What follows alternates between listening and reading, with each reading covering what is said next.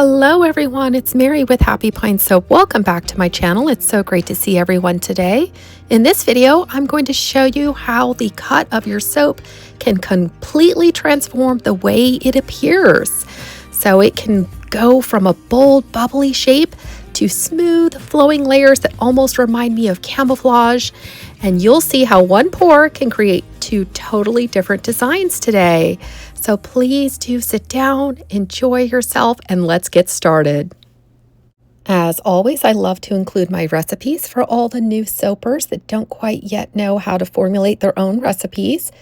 As a reminder, I do have videos teaching you how to create your own recipes on my channel, so feel free to check those out. They are linked below in the description. You are welcome to follow along and do this recipe as well at home. Feel free to screenshot this, and we will begin separating our oils out now. And before we get to our oils, really quick, here are our colors today. We have Space Walk, Sour Lemons, and Blue Tide from Mad Micas. I adore Mad Micas. I pretty much have every single one of their colors at this point. We're going to use 1 teaspoon of mica for each color, and that's because each color will be approximately 1 pound of soap batter. This is a 3-pound batch, so I'm separating it into thirds for each color. And so 1 teaspoon of mica will go into each container that you see here, and then we will mix it with 1 tablespoon of lightweight oil. And our lightweight oil will be sweet almond oil, which I've gotten from Brambleberry. It's a lovely, lovely oil. Some people have asked if adding the extra oil in the micas requires a change to our recipe here, and no, it does not. It's such a small amount of added oil that you really don't need to change the lye amount or anything. If anything, you now have a little bit higher super fat, which means the recipe is actually even milder on the skin. So that is never a bad thing. So yeah, we're going to mix it with our mini blender. I like to stir by hand first before turning on the blender, and that allows me to avoid some of the cloud of mica in the air that comes back at you when you blend it too fast. This is the fragrance we'll be using today. It is also from Brambleberry, and according to their calculator, 3 ounces of this fragrance is the appropriate amount for our recipe. I like to start with my hard oils and melt them first together. So I weigh them, as you see me doing here, and then I will melt them in the microwave separately from our soft oils, which are those that are liquid at room temperature. I love this particular recipe because the cocoa butter adds just a beautiful, rich feeling to our soap.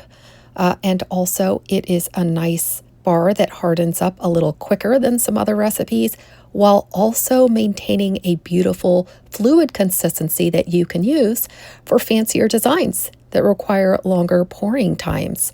So this recipe will give you about 20 minutes of pouring time. Unlike some other recipes that might be very, very fast, this one is a little slower moving. So that is what's really fabulous about this one. As you see, I'm now adding our soft oils, which are liquid at room temperature. I like to do this after I melt the hard oils so that the temperature of the oils naturally comes down rather rapidly, and we are not overheating our more delicate soft oils as well. And the last to go in is our castor oil, which is important for sustaining lather and bubbles.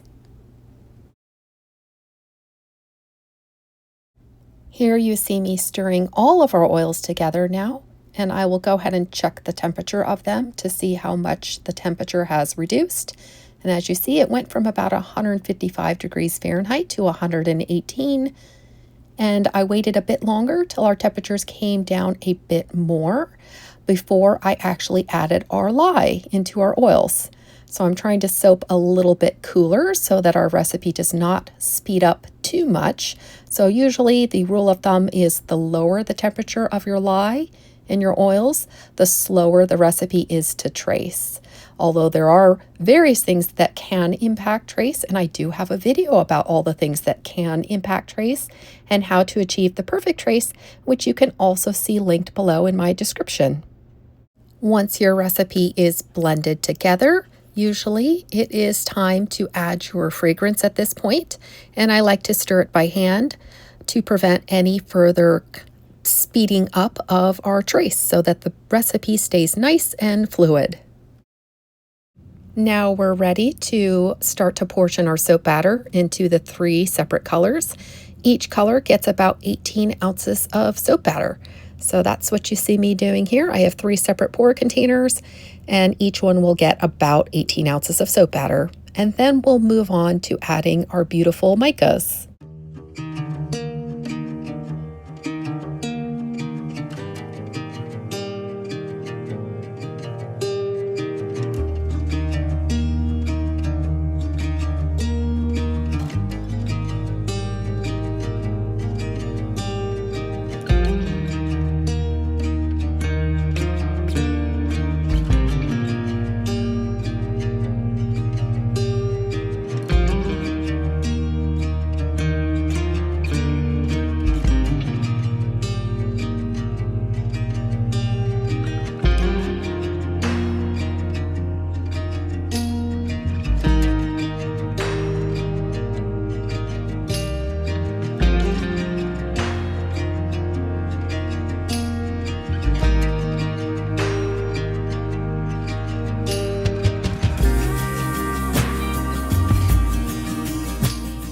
Now we are ready for pouring our soap. This is a 3-pound Crafter's Choice mold.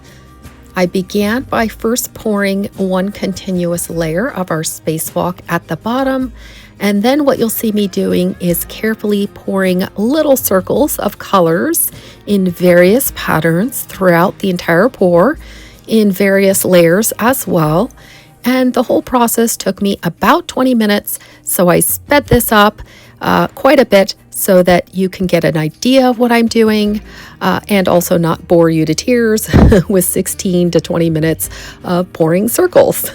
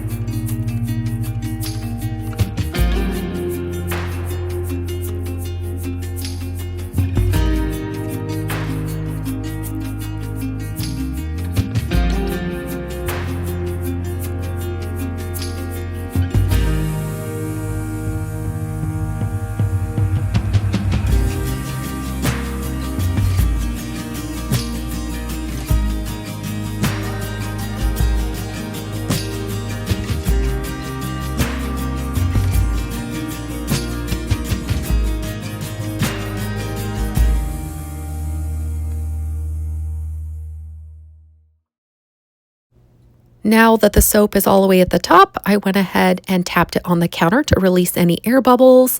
I added just a few extra dollops of yellow, and then I decided to go ahead and swirl the top for a little bit of extra interest.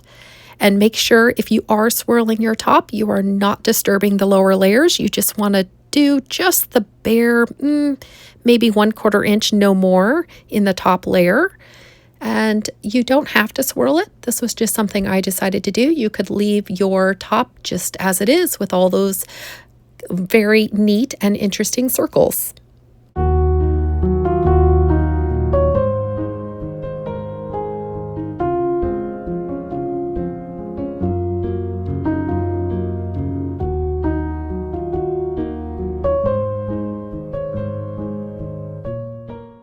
I went ahead and decided to oven process this. Basically, turn your oven on to the lowest setting. In that case, it is 170 degrees Fahrenheit for my oven. Pop it in there, turn your oven off, and then you can leave your soap in there for a few hours before taking it out. I left my soap on the counter overnight to harden up before I unmolded it the next morning. It was still a little too soft before I went to bed, so just to be on the safe side, I left mine out overnight, and that was a good choice because now it was a lot easier to get out of the mold without damaging the sides of the soap, especially while handling or while cutting it. I decided to split my soap into about 2 1/2 inch pieces. So this is where I'm demonstrating the vertical cut, but we're not just going to stop there. Each one of these bigger pieces here will be cut horizontally. So to do that, I'm essentially splitting the whole entire loaf into 2 1/2 inches roughly, and then we will show you the horizontal cut in just a second.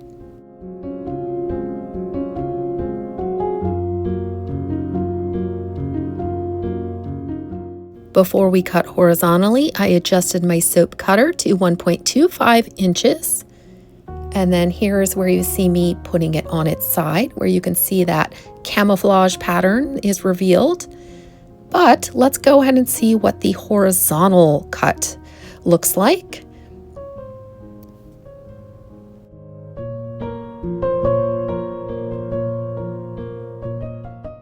So as you see, cutting horizontally reveals bigger blotches of colors. These kind of remind me of a cow print. So I went ahead and decided to cut some vertical ones too, and that reveals a really neat camo pattern or camouflage.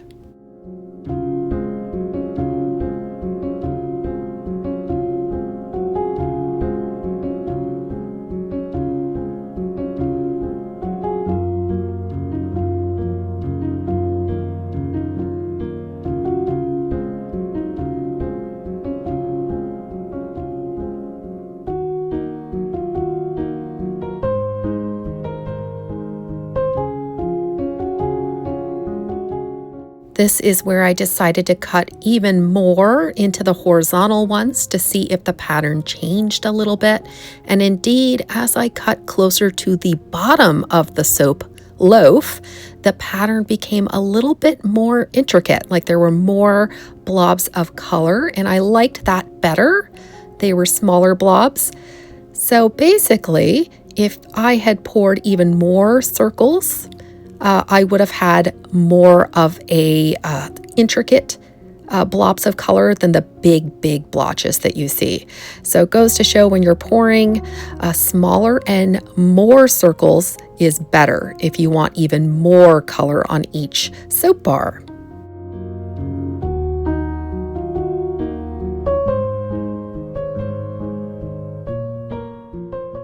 So it is totally up to you whether you want to cut vertically into your loaf or whether you want to cut horizontally, or maybe you like the idea of cutting both. Let me know in the comments below, which one do you guys prefer? Do you prefer the camouflage here, or do you prefer the larger kind of big bubbles of color that kind of remind me of a cow print?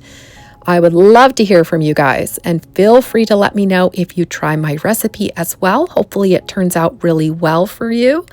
And as always, I adore each and every one of you. Thank you so much for watching my channel and supporting my videos.